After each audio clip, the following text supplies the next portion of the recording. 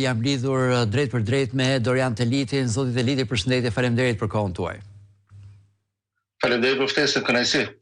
Kënaqësi gjithashtu. Flasim për infrastrukturën sot dhe veçanërisht për korridorin 8, një korridor për cilin për dekada me radhë publiku shqiptar ka dëgjuar për rëndësinë e tij të madhe, më pas për shumë vite duket se ai u la në harres edhe nga Bashkimi Evropian që e kishte në planet e tij dhe duket se rëndësia e korridorit 8 është rikthyer në qendër të vëmendjes. Mirpo, sapo filluan punimet për ta çuar përpara korridorin 8, ne patëm probleme me shëmbjen e rrugës, ne humbëm lidhjen me gjithë juglindjen e vendit, pikërisht aty ku po ndërtoi edhe korridori 8 dhe është rruga ekzistuese, nuk kuptohet qartë se çfarë do të ndodhi atje.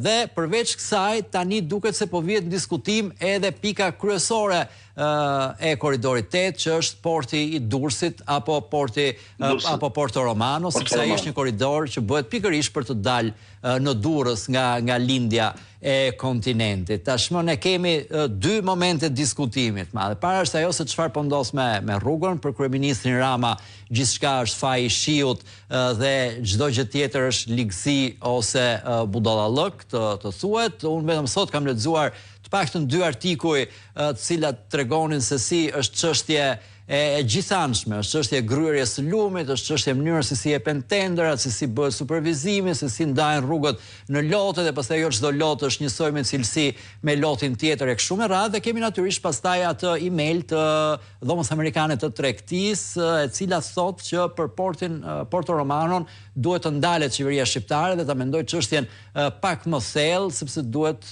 një pjesëmarrje ngarë me firma më prestigjioze, me NATO-n e me të tjerë kështu me radhë pastaj. Kështu që tani ju a lë fjalën juve për të kuptuar se çfarë po ndodh me këtë korridorin e 8.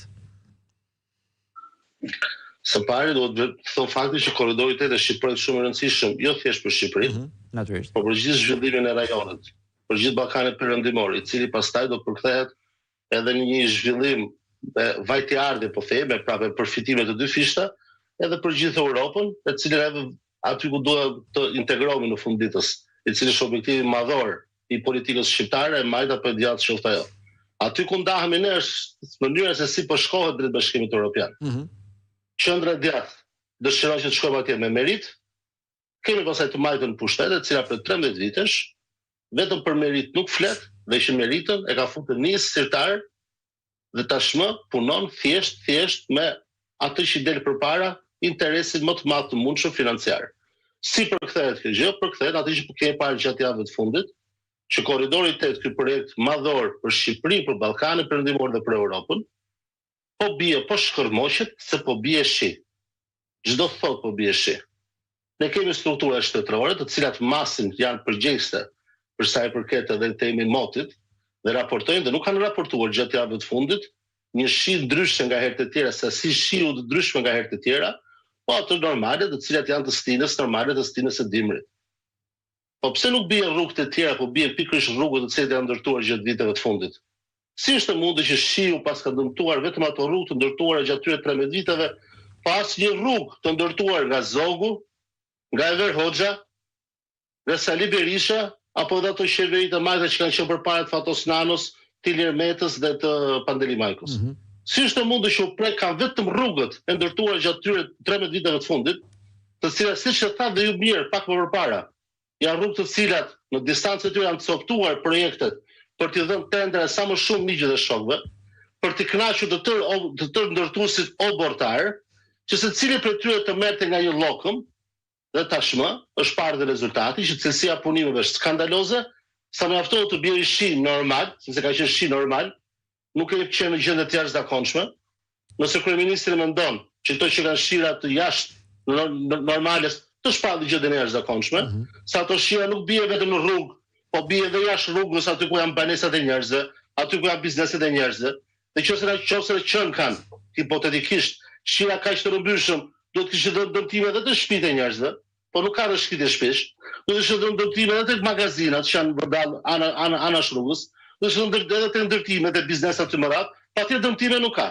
Ka dëmtime vetëm në traset e rrugëve, të cilët janë ndërtuar gjatë këtyre viteve të fundit.